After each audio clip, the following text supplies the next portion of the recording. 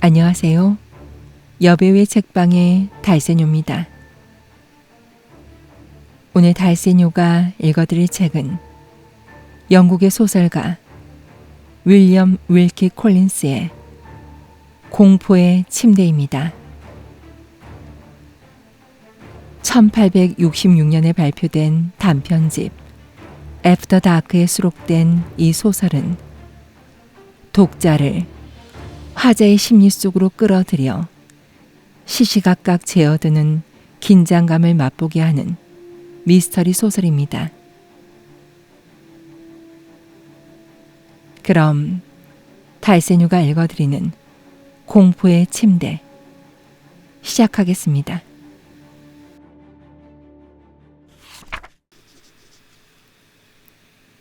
대학을 졸업하고 나서 얼마 되지 않아 나는 한 영국인 친구와 함께 파리에 머문 적이 있었다.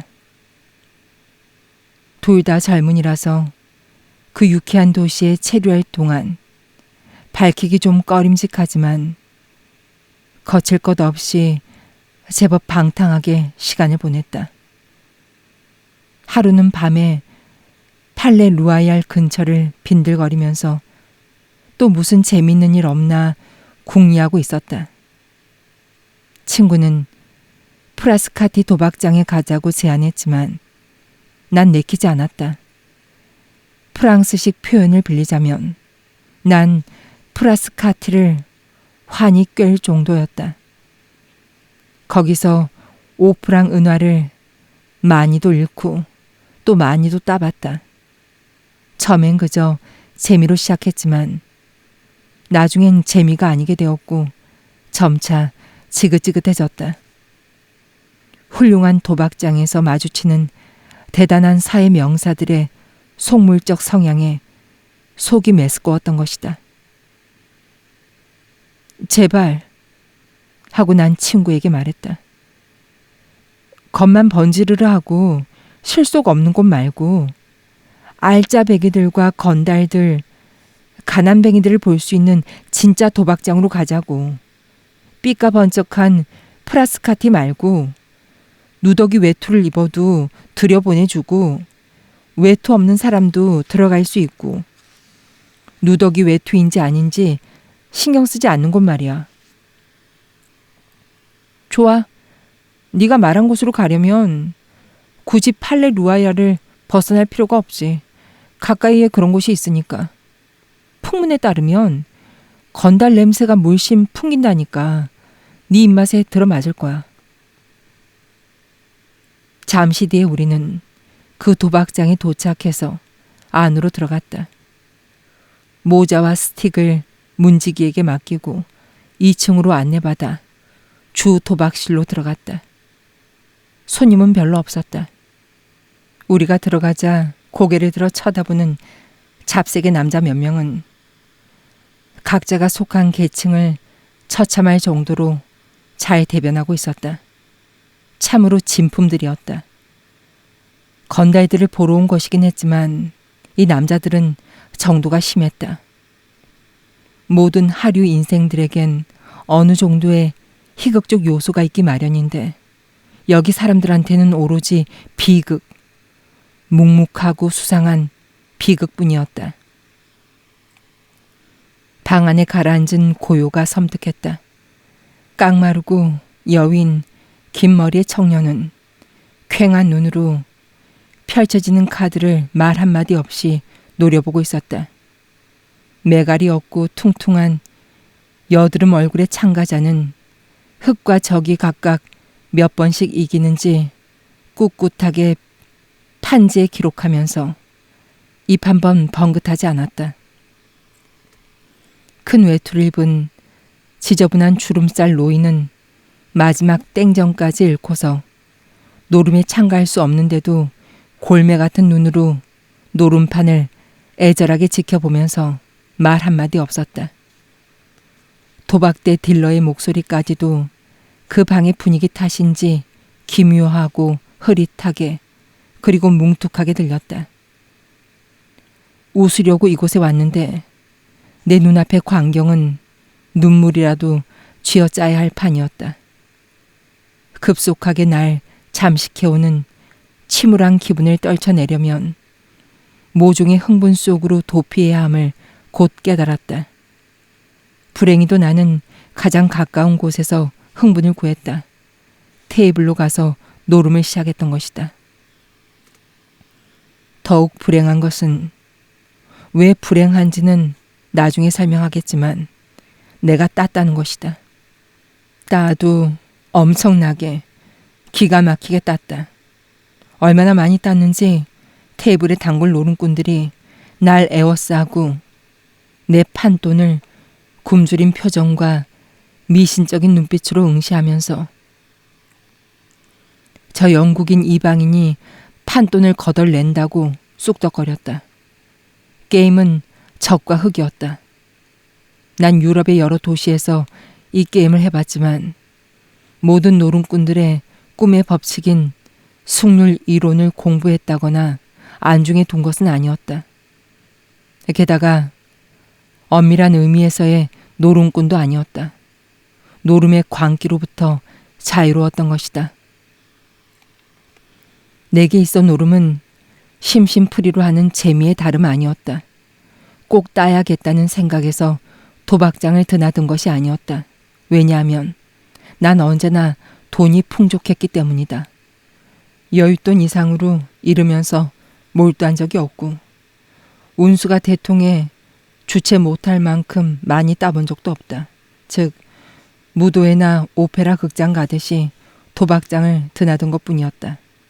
재미있기도 했고 여유 시간을 보낼 마땅한 다른 방도가 없어서이기도 했다. 하지만 이번 경우는 딴판이었다. 난생 처음으로 노름의 격정이 어떤 건지 실감했다. 돈을 따자 처음엔 당황했지만 곧 말 그대로 애누리 없이 취했다. 못 믿겠지만 사실이다. 승률을 계산하려거나 돈을 딴 앞서의 방식을 따라서 한 경우에만 판을 잃었다. 운에 모든 걸 맡기고 아무 걱정이나 염려 없이 임하면 반드시 이겼다. 물주에게 유리하도록 되어 있는 모든 조건에도 불구하고 이겼다. 처음엔 몇몇 사람이 내가 택한 색깔의 돈을 안전하게 걸었지만 내가 판돈을 빠르게 불려나가자 감히 위험을 감수하려고 하지 않았다. 하나 둘 판에서 떨어져 나간 사람들은 숨을 죽이고 내 게임을 지켜봤다. 시간이 흐를수록 난 판돈을 높여나갔고 그럴수록 계속 이겼다. 방 안의 흥분이 극점에 이르렀다. 깊은 신음과 다양한 언어들로 이루어진 욕지거리가 앙상블을 이루고 외마디 소리까지 섞여 실내의 침묵을 깨뜨렸다. 매번 금화가 내 쪽으로 밀려들자 태어나던 딜러조차 내 성공에 경악해서 프랑스식으로 성을 내며 판돈 걸어 모으는 갈퀴를 바닥에 내동댕이 쳤다.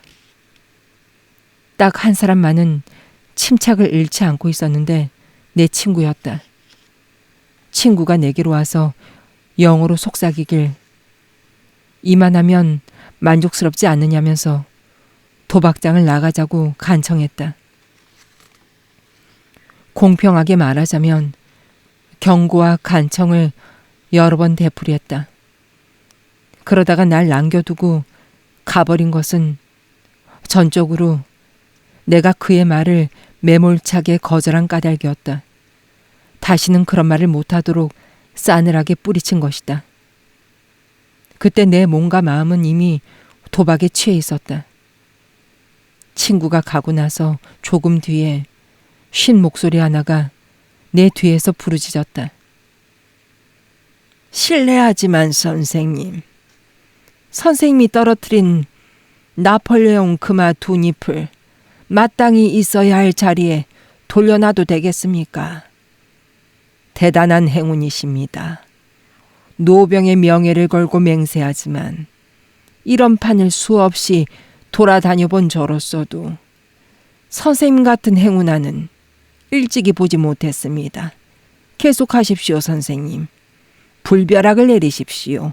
용감하게 나아가서 모조리 휩쓸어 버리세요. 고개를 돌려보니 웬 키가 껑충한 남자가 고개를 끄덕이며 미소를 짓고 있었다.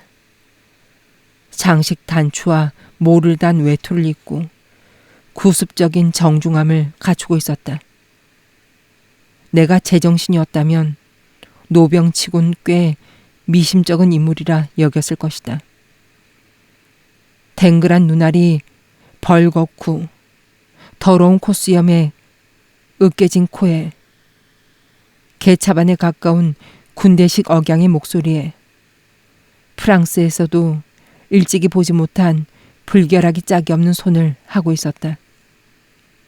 그의 이런 유별난 점은 나한텐 아무런 반감을 불러일으키지 못했다. 미칠 듯한 흥분과 무모한 승리감에 도취한 나는 날 응원하는 사람이라면 누구와도 친해질 준비가 되어 있었다.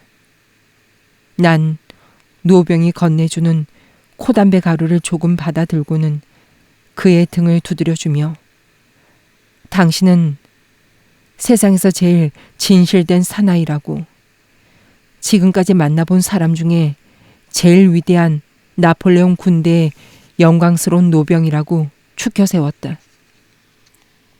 진격! 하고 군인 친구가 무화경에 취해 손가락을 마구 튕기면서 외쳤다. 진격해서 이기시오. 모조리 휩쓸어요. 불벼락을 내려요. 나의 용감한 영국인 전우여. 판돈을 쓸어버려요. 난 진격을 했다. 그런 기세로 나아갔다. 15분쯤 뒤에 딜러가 외쳤다. 신사 여러분, 오늘 밤은 판돈이 바닥나서 더 이상 진행할 수 없습니다. 판돈으로 나온 금화와 지폐가 모조리 내 손길 아래 작은 산처럼 쌓여 있었다. 이 도박장에 떠돌아다니던 모든 판돈이 내 주머니 속으로 들어가는 순간이었다.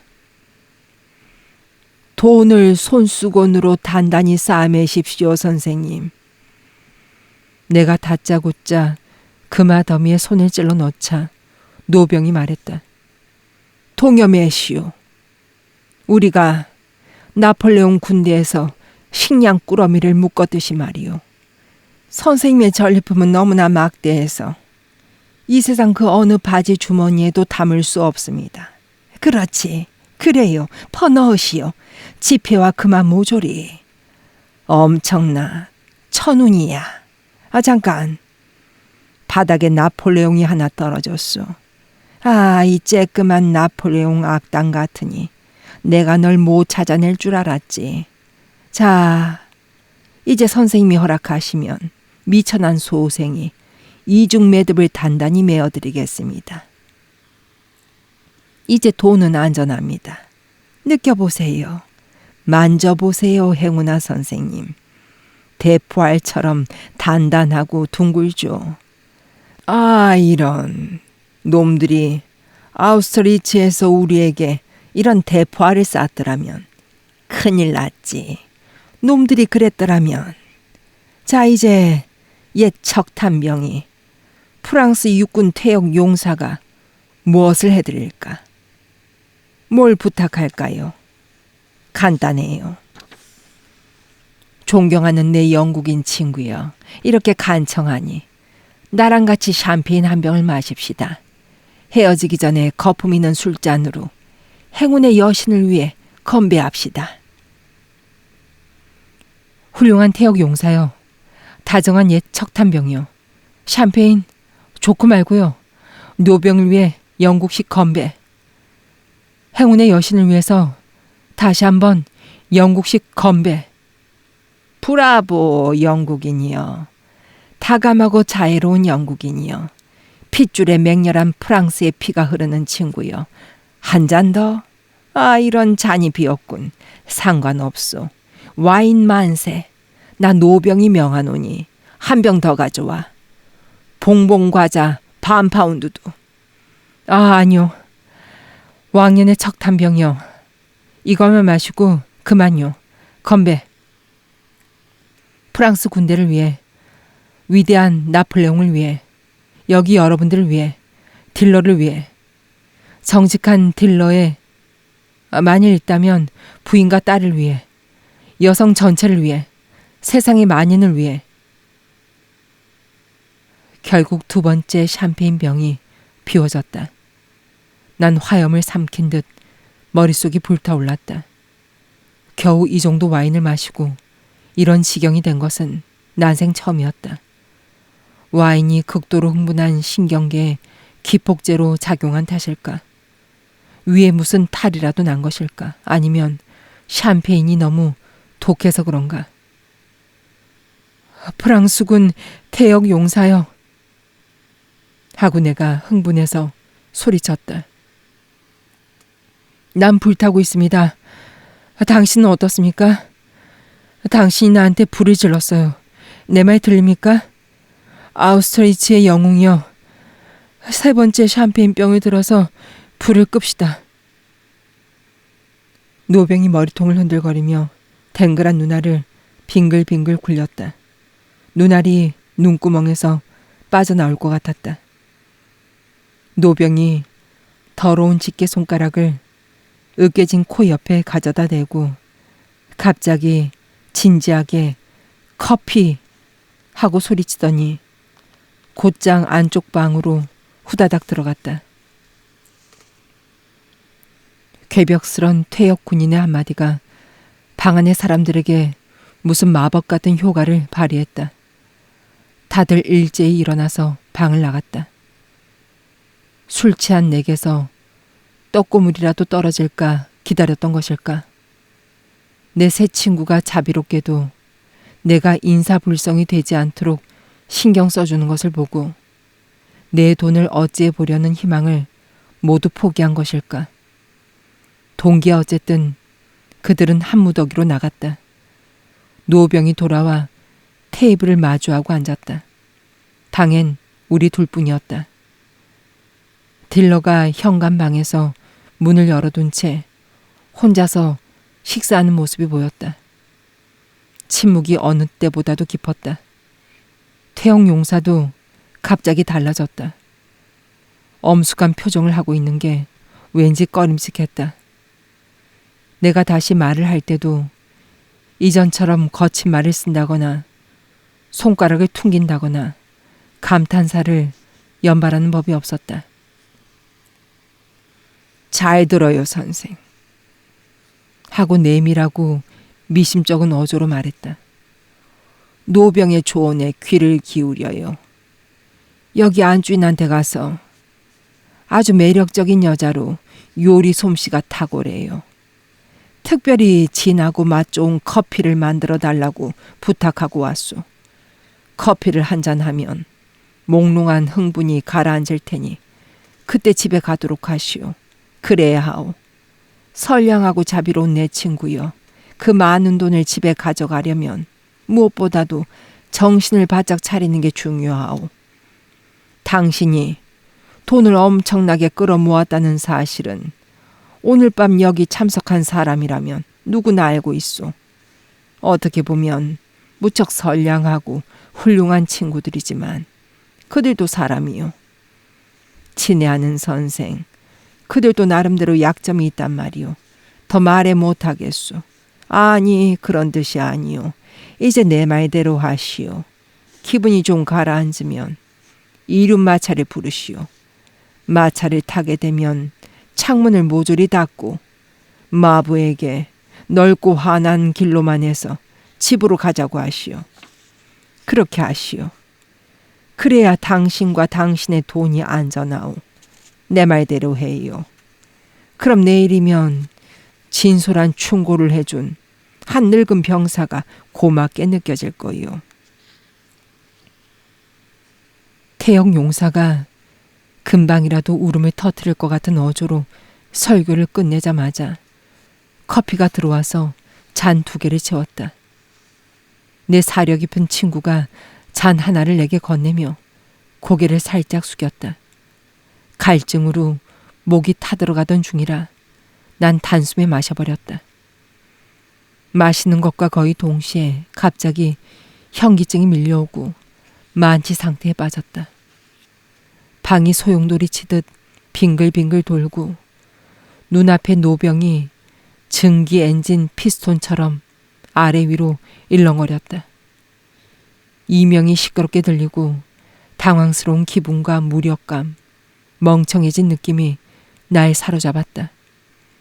테이블을 짚고 균형을 잡으며 겨우 일어나 더듬더듬 말했다. 몸이 지독하게 안 좋다고, 너무 안 좋아서 집에 어떻게 가야 할지 모르겠다고 말했다. 친애하는 선생 하고 노병이 대답했다. 그의 말소리조차 둥실 떠올랐다 가라앉는 것 같았다. 친애하는 선생, 그 몸으로 집에 가는 건 미친 짓이오. 돈을 잃어버릴 게 분명하오.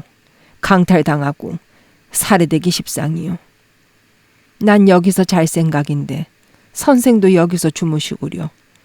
꽤 괜찮은 침실이 몇 개 있으니 하나 골라 잡으시오. 잠으로 술기운을 떨치고 내일 환한 아침에 돈을 갖고 집으로 안전하게 가시오.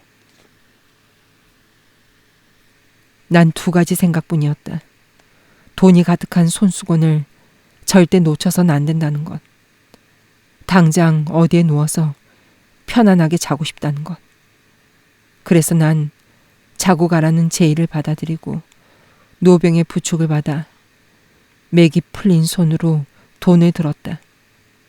딜러의 뒤를 따라 우린 복도를 지나 층계를 올라 내가 묵을 침실로 갔다. 태영 용사는 내 몸을 가볍게 흔들면서 아침을 같이 먹자고 제의하고는 날 남겨두고 딜러를 따라 사라졌다. 난 세면대로 달려가서 주전자에 물을 들이켰다. 일부는 줄줄 흘려보내고 나머진 얼굴에 끼얹었다. 그리고는 의자에 앉아 마음을 진정시켰다. 곧 기분이 나아졌다. 도박장의 악취를 벗어나 여기 이 방의 신선한 공기를 내 폐가 들이마시고 살롱에 번쩍거리는 가스 불빛을 떠나 이 침실의 차분하고 희미한 촛불을 내 눈이 만끽하고 있었다. 찬물도 제정신을 돌이키는 데 일조했다. 현기증이 사라지고 이성이란 게 조금씩 돌아오는 느낌이었다. 처음 든 생각은 이런 도박시설에서 하룻밤을 자는 것이 위험하다는 것이었다. 두 번째로 든 생각은 문을 내린 도박장을 빠져나가서 한밤중에 거금을 소지하고 혼자 파리 길거리를 걸어 숙소로 가는 그건 더 위험하다는 것이었다. 여행 중에 이보다 더 열악한 곳에서도 잠을 잔 적이 있는 나는 문을 잠그고 빗장을 지르고 문에 바리케이드까지 치고 이튿날 아침까지 견뎌보기로 작심했다. 외부 침입의 가능성을 최대한 차단했다. 침대 밑을 살피고 벽장을 들여다보고 창문의 잠금 상태를 확인했다. 이제 예방 조치를 빠짐없이 했다는 생각에 만족하면서 웃옷을 벗고 난로의 깃털 같은 나무재 가운데다 희미한 촛불을 세워두었다. 침대에 들어가서 돈이 가득한 손수건을 베개 밑에다 두었다. 잠이 들기는커녕 눈조차 감을 수 없었다. 의식이 너무나 생생했고 고열까지 덮쳤다. 내 모든 신경이 경련했고 내 모든 감각이 이유 없이 날카로워졌다. 침대에서 뒤척거리며 온갖 자세를 취해보고 꿋꿋하게 침대의 찬자리를 찾아봤지만 모조리 허사였다. 이불 밖으로 두 팔을 꺼냈다가 이불 속으로 도로 쑤셔 넣었다. 두 다리를 침대 끝으로 와락 뻗었다가 발작 쪽으로 내 턱까지 최대한 당겨봤다. 구겨진 베개를 거칠게 흔들고 차가운 면이 위로 오도록 뒤집어서 평평하게 두드린 다음 재빨리 누워봤다. 이제 베개를 난폭하게 반으로 접어 침대 보드에다 기대 세워 반쯤 앉은 자세를 취해보기도 했다. 모든 시도가 수포로 돌아갔다. 밤새 잠을 못 이룰 것 같은 초조감에 난 끙끙거렸다. 이제 뭘 하지? 읽을 책 한 권 없었다. 내 주의를 딴 데로 돌리지 못한다면 온갖 끔찍한 상상에서 벗어나지 못할 것이고 온갖 있을 법한 위험거리와 있을 법하지 않은 위험거리까지 떠올리면서 머리를 쥐어짜게 분명했다. 한마디로 신경성 공포를 불러일으키는 온갖 상상의 고문 속에서 밤을 지새우리라는 것이었다. 팔꿈치로 몸을 일으켜 방안을 휘둘러 봤다. 은은한 달빛이 창문으로 들어와 방을 비추고 있었다. 어디 눈에 뚜렷하게 들어오는 그림이나 장식이 없는지 살펴봤다. 벽에서 벽으로 시선을 옮기면서 나는 르 메스트르의 아담한 책 내 방 여행을 기억해내고는 그 프랑스 작가를 흉내내는 것으로서 불면의 권태를 달래는 소일거리로 삼기로 했다. 눈에 띄는 모든 가구와 집기의 목록을 머릿속에 기록하면서 가령 의자나 테이블, 세면대 등이 어떻게 만들어졌는지 그 근원을 파고들다 보면 수많은 연관 관계들이 꼬리를 물터였다. 신경이 불안정한 그 시점에서는 무언가를 깊이 생각하기보다는 그냥 목록이나 작성하는 게 한결 마음 편하다는 사실을 곧 깨달았다. 그래서 메스트르식의 공상 여행을 포기하고 말았다. 어쩌면 그걸 핑계로 생각 자체를 단념하고 싶었는지도 모르겠다. 난 방 안의 가구와 집기를 돌아볼 뿐 아무 생각도 하지 않았다. 먼저 내가 누운 침대를 관찰했다. 하고 많은 곳 중에 하필이면 프랑스에서 이런 꼴사나운 영국식 내 기둥 침대와 맞닥뜨리다니. 전형적인 사라사 무명천 덮개에 전형적인 가두리 장식에 테두리가 둘러있고 전형적인 답답하고 병적인 커튼이 달려있었다.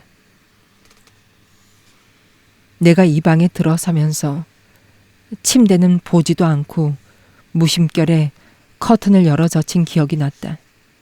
그 다음에 상단이 대리석으로 된 세면대가 있었다.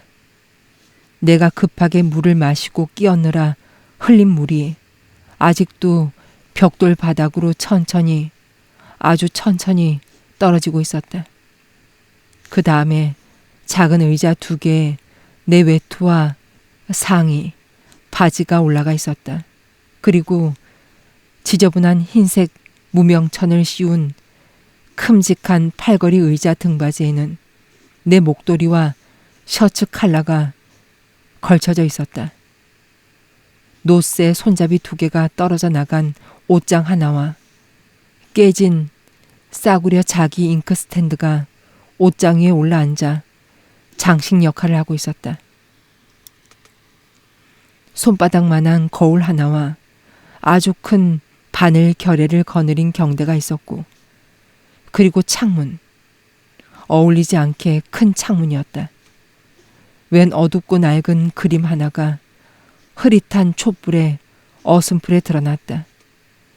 그림 속 사내는 깃털을 꽂은 높다란 스페인 모자를 쓰고 있었다.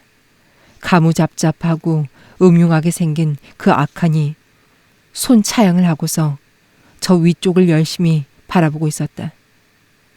곧 있으면 자신의 목이 매달릴 높다란 교수대를 보고 있는 걸까. 어쨌든 교수형을 받으면 잘 어울릴 외모였다.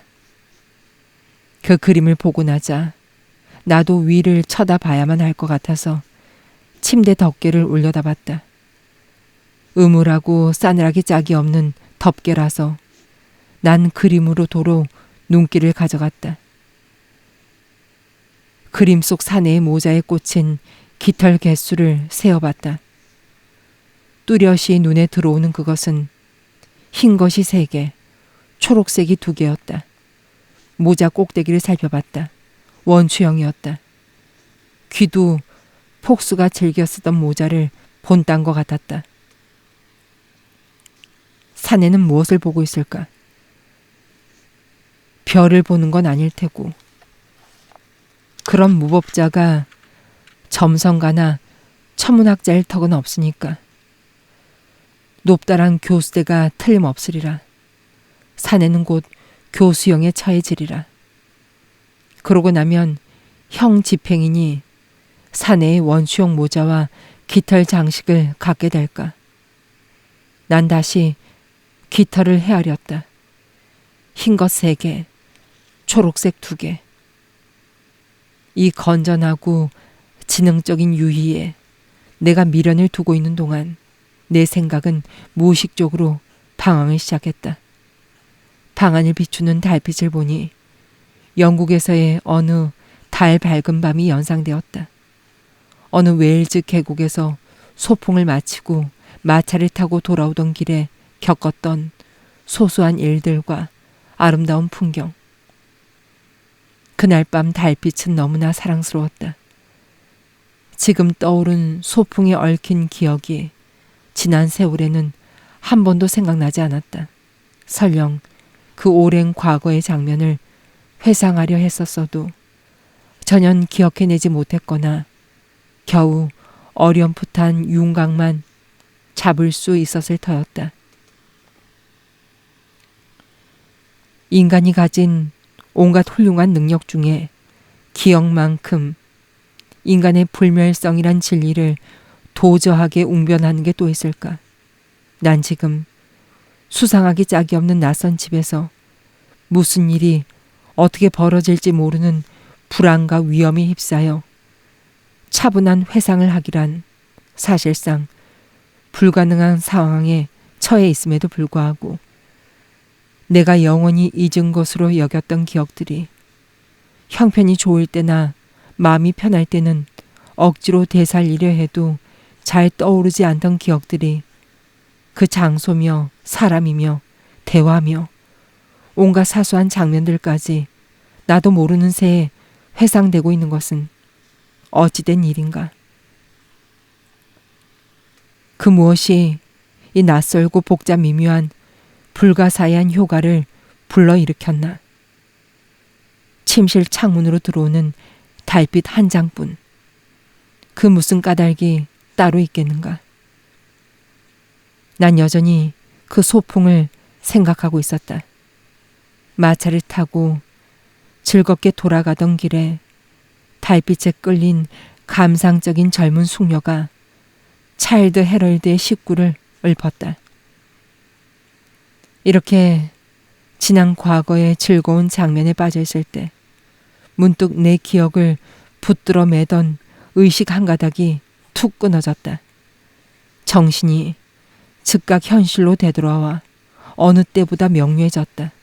난 이유도 모르고 까닭도 없이 그림을 다시 쳐다보고 있었다.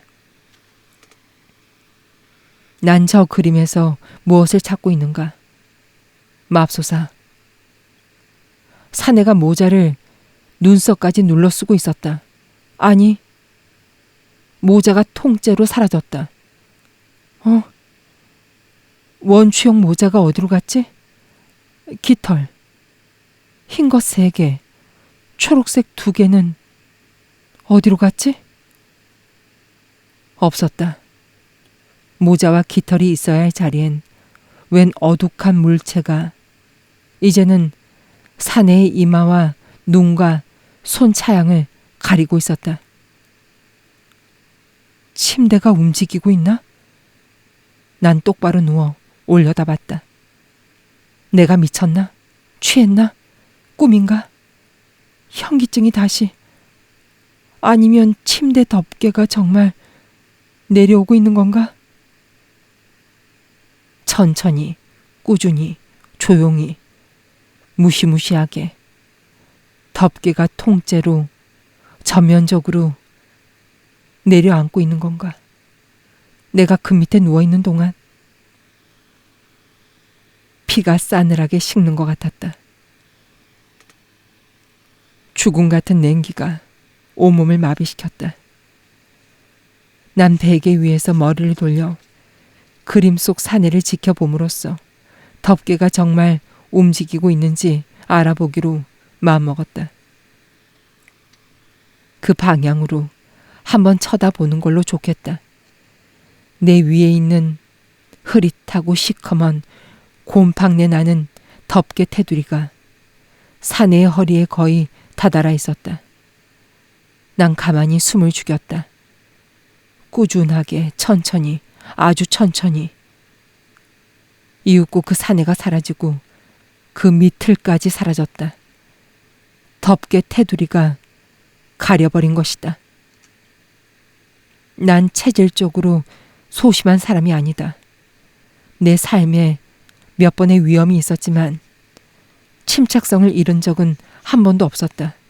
그러나 덮개가 실제로 움직이고 있다는, 꾸준하게 계속해서 내 쪽으로 내려오고 있다는 확신이 처음으로 들자 난 몸서리치며 무력하게 공황에 빠져 위쪽에 오싹한 살인 기계를 올려다봤다.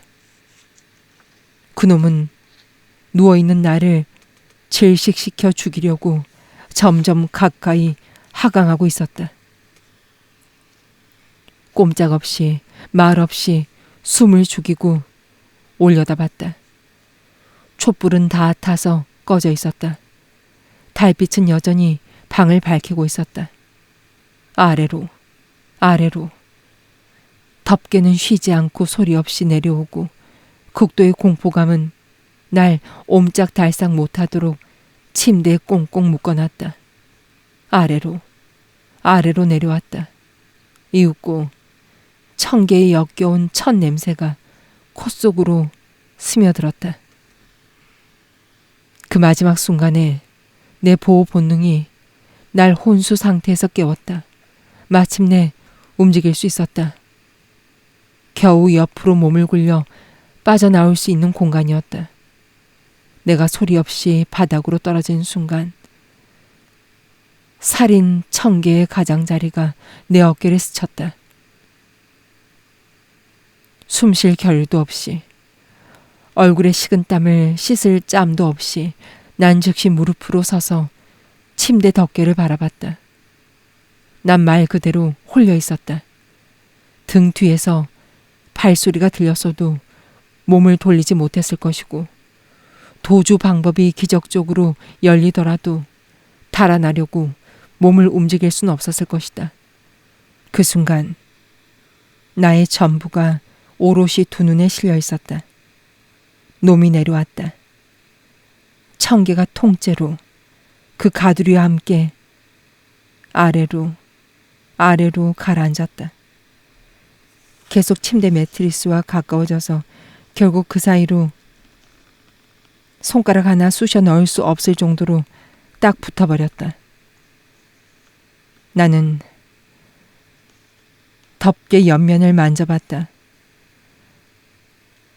밑에서 올려다볼 때는 사주 침대에 어느 가벼운 청개로 보였던 것이 사실은 두껍고 널찍한 매트리스로 그 본체를 덮개 테두리와 가두리 장식으로 숨겨놨음을 발견했다. 그 위를 올려다보니 아무것도 걸치지 않은 침대의 네 기둥이 섬뜩하게 치솟아 있었다. 덮개 위 한가운데에는 거대한 목재 스크루가 있었는데 천장의 구멍을 통해 덮개를 밑으로 내려보내는 역할을 한 것임이 분명했다. 압축할 물건을 내리누르는 평범한 프레스와 같은 원리였다. 저 섬뜩한 장치는 소리 없이 움직였다. 내려올 때 끽끽거리는 마찰음도 없었다. 위층은 쥐죽은 듯 고요했다. 죽음 같은 무시무시한 침묵 속에서 나는 봤다.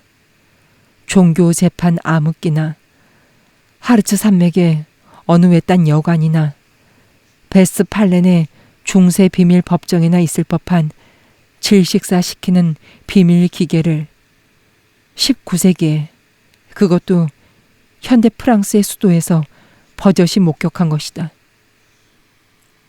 난 눈앞에 버티고 선 놈을 보고 있었다. 꼼짝없이 숨도 제대로 쉬지 못하고. 하지만 서서히 사고력을 회복하기 시작했다. 그리고 깨달았다. 나를 가운데 두고 짠 무시무시한 살인 음모를. 내가 마신 커피에 약을 탄 것이다. 너무 많이 탔다. 과도한 수면제를 먹고 오히려 질식사로부터 목숨을 건진 것이다. 날 죽이려고 작심한 두 몹쓸 놈들을 덥석 믿고 입안까지 따라오다니. 나란 놈은 도대체 정신이 있는 놈인가? 내 돈을 탐내서 내가 잠든 새에 죽이려고, 날 조용히 처리하려고 저 확실하고 무시무시한 발명품을 쓴 그놈들이 아닌가? 얼마나 많은 나 같은 승자들이 저 침대에서 자다가 세상에서 감쪽같이 사라졌을까? 나도 자칫하면 그런 신세가 됐을 것을 생각하니 소름이 끼쳤다. 그러나 머지않아 생각은 다시 마비되었다. 살인 청개가 다시 한번 움직이고 있었다. 덮개가 침대로 다 내려와서부터 최대한 추측하자면 대략 10분쯤 흘렀을 때 도로 올라가기 시작했다. 위층에서 기계를 작동시키는 악당들은 이제 목표를 완수했다고 생각하고 있을 것이다. 끔찍한 덮개는 내려올 때처럼 서서히 조용히 원래 자리로 올라갔다. 덮개가 내 기둥의 끝까지 올라가자 동시에 천장에도 딱 닿았다. 이제 구멍이나 스크루는 보이지 않았다. 침대도 여느 침대와 다를 바 없어 보였고 청개도 여느 것처럼 보였다.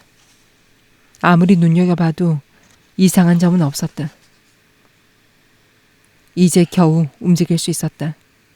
무릎을 펴고 일어나서 우옷부터 입으며 어떻게 탈출할까를 고민했다. 소리를 조금이라도 낸다면 놈들은 나를 질식사시키지 못했음을 깨닫고 날 죽이려 들 것이다. 혹시 내가 소리를 냈었나? 문 쪽을 바라보며 귀를 기울였다. 복도에서는 발소리가 들리지 않았다. 위층에서도 가벼운 발소리든 무거운 발소리든 일절 들리지 않았고 사방이 절대 침묵이었다.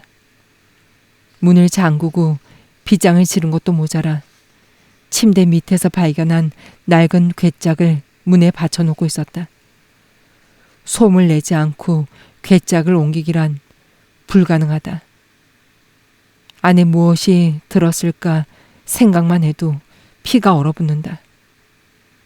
게다가 도박장 문이 잠긴 이 야밤에 이곳을 빠져나갈 수 있다고 생각하는 것 자체가 미친 짓이다.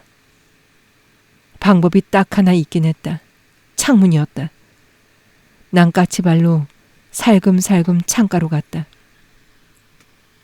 내가 들어있는 방은 2층으로 뒷골목에 면해 있었다. 난 창문을 열려고 손을 올렸다. 이 소소한 행동에 내 목숨이 간당간당 매달려 있었다. 살인을 도모할 도박장이라면 분명 엄중한 경계를 세워놓았을 것이다. 창틀이 철컥 소리를 내거나 경첩이 삐걱이라도 한다면 난 죽는다. 창문을 여는데 좋게 5분은, 긴장감으로 따지면 5시간은 걸린 것 같다. 직업 도둑 뺨치는 솜씨로 창문을 살며시 여는데 성공했다. 길거리를 내려다봤다. 저 아래로 뛰어내린다면 즉사다. 건물 측면을 살펴봤다.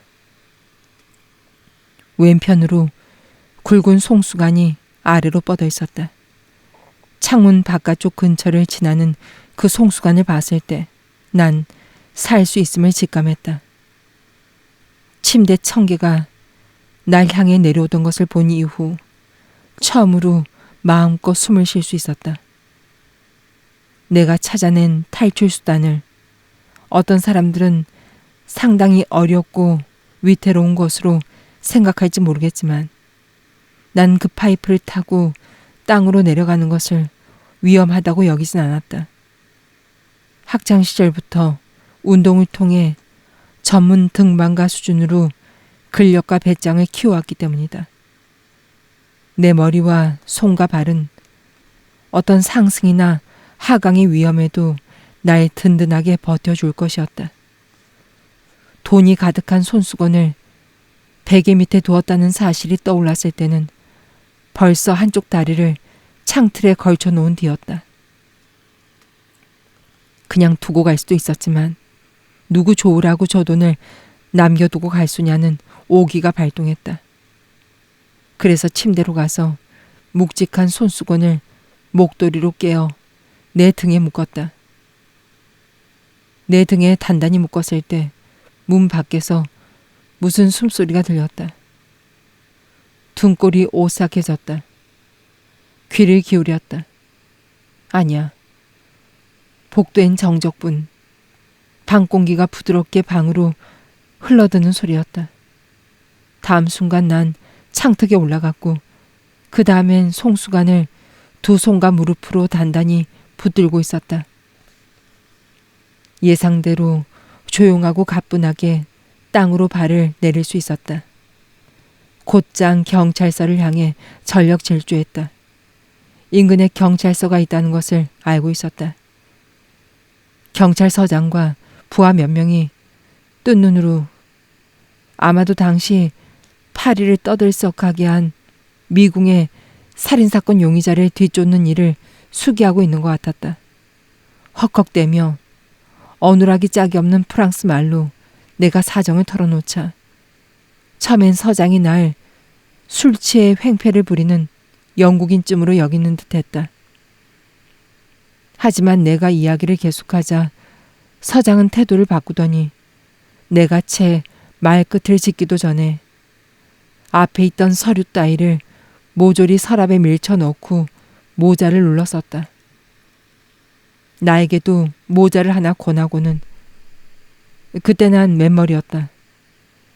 한 무리의 사병들과 몇몇 부하들에게 문을 부수고 들어갈 연장과 벽돌 바닥을 뜯어내는 데 필요한 공구를 준비하라고 일렀다. 서장은 몹시 다정하고 친근한 태도로 내 팔을 부드럽게 잡곤 경찰서 밖으로 이끌었다. 난 장담할 수 있다. 이 양반이 소년 시절에 처음 영국을 구경하러 가던 길에 그 조마조마함보다도 도박장으로 실현하러 가는 그 순간이 몇 배는 더 설레었을 것임을. 귀를 깨어가면서 서장은 나에게 신문과 축하를 한꺼번에 했다. 우리 뒤에는 엄청난 병력의 민병대가 따르고 있었다. 도박장에 당도하자마자 건물 앞뒤로 보초가 세워졌다.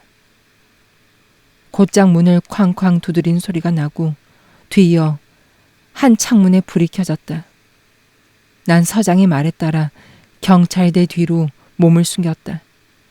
계속 문을 두드렸고 법의 이름으로 명령한다. 문을 열어라. 라는 고함 소리가 들렸다. 이 무시무시한 명령에 문 뒤에 보이지 않는 손이 자물쇠를 풀고 빗장을 열었다. 한순간 뒤에 서장은 현관 안에서 옷을 입다가만 유령처럼 창백한 한 웨이터와 대치하고 있었다. 다음과 같은 짧은 대화가 즉석에서 오고 갔다. 이 집에서 자고 있는 영국인을 보러 왔다. 그 손님은 몇 시간 전에 갔는데요. 안 갔어. 그의 친구가 갔지. 그는 여기에 있어. 영국인의 침실을 보여주게. 맹세하지만 서장 각하, 그분은 여기 없어요. 그는 맹세하지만 웨이터 각하, 그분은 여기에 있네. 여기서 자다가 잠자리가 불편해서 우리한테 와서 하소연했네. 여기 경찰들 사이에 있어. 거기 침대 매트리스에서 뛰노는 벼룩 한두 마리를 잡으려고 만반의 준비를 했네. 르노댕 하고 부하 한 명을 부르더니 웨이터를 가리켰다. 저자를 체포해서 손을 뒤로 묶어. 자, 이제 여러분 위층으로 갑시다. 건물 안에 있던 남자와 여자가 모조리 체포되었다. 노병이 먼저 붙잡혔다. 난 내가 묵었던 방을 확인하고 같이 그 윗방으로 갔다. 특이하게 보이는 점은 그 어디에도 없었다. 서장은 사람들을 조용히 시키고 방 안을 눈으로 쭉 둘러봤다. 바닥을 두어 번 구르더니 촛불을 가져오라고 해서 발을 구른 지점을 유심히 굽어보고는 바닥을 조심스레 드러내라고 지시했다. 바닥은 즉각 뜯겨졌다.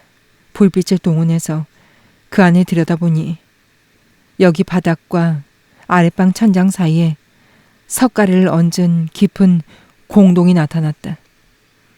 기름이 듬뿍 쳐진 무슨 철제 박스가 이 공동을 수직으로 관통하고 있었다.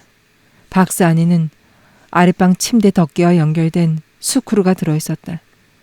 스크루의 여유 부분에는 신선한 기름이 발라져 있었고 레버에는 펠트가 씌워져 있었다. 육중한 앞찾기의 상단 본체가 다음으로 발견되어 바닥으로 끌어올려졌다. 하단 설비와 연결되도록 악랄할 정도로 정교하게 만들어진 것으로 분해되자 부피가 아주 작았다. 약간의 어려움 끝에 서장은 기계를 조립한 데 성공했다. 부하들에게 여기에나마 기계를 작동하라고 이르고는 나와 같이 아랫방으로 내려갔다. 질식사 시키는 덮개가 천천히 내려왔다. 하지만 앞서 본 것과는 달리 소음이 제법 들렸다. 내가 이 점을 지적하자 경찰서장은 간단하지만 무시무시한 대답을 했다. 내 부하들은 오늘 처음 덮개를 내리는 거지만 당신한테 돈을 잃은 자들은 숙련이 됐겠죠. 서장은 건물에 경관 2명만 남겨놨다. 건물 안에 있던 사람들은 싸그리 즉석에서 감옥으로 보내졌다.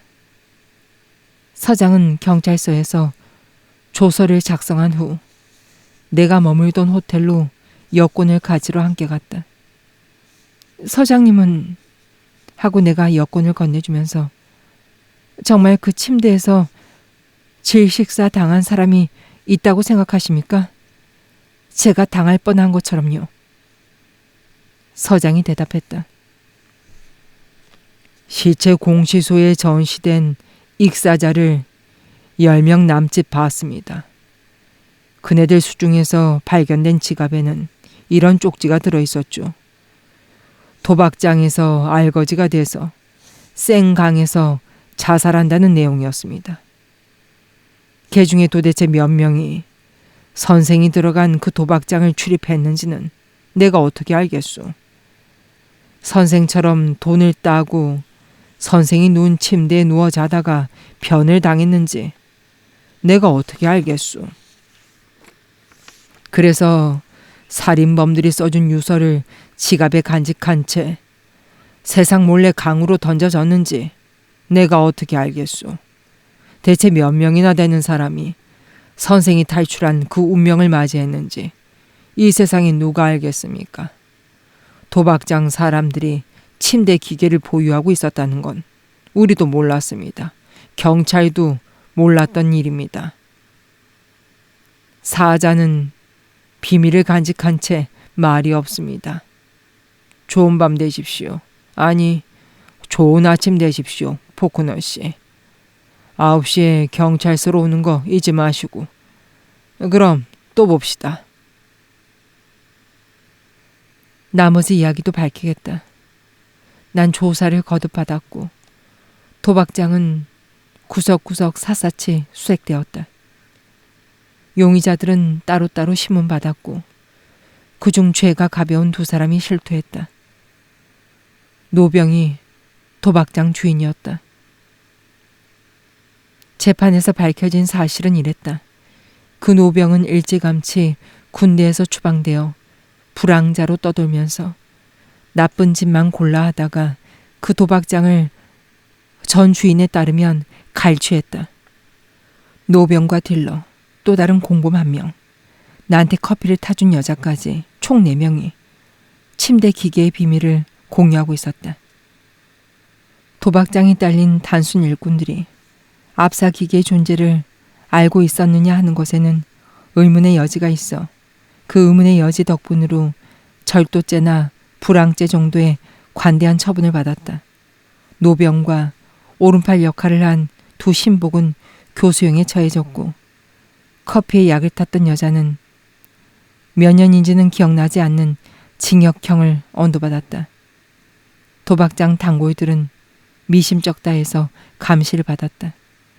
그리고 난 일주일 내내 정말 긴 시간이지 않은가. 파리 사교계에서 절정의 인기를 구가했다. 내 모험담을 저명한 3명의 연출가가 극으로 만들었는데 무대엔 결코 올리지 못했다. 검열관이 그 도박장 침대를 정확히 본딴 장치가 무대에 올라가는 것을 금했기 때문이다. 그 모험 덕분에 나도 좋은 습관이 하나 배웠는데 어떤 검열관이라도 반대하지 않을 것이다. 내가 적과 흑 취미를 영원히 떼어버렸다는 것이다. 카드와 돈이 쌓인 초록빛 천을 보기만 해도 침대 덮개가 날 압사시키려고 밤의 어둠 속에서 가만히 내려오던 광경이 내 머릿속에 영구히 떠오를 것이기 때문이었다.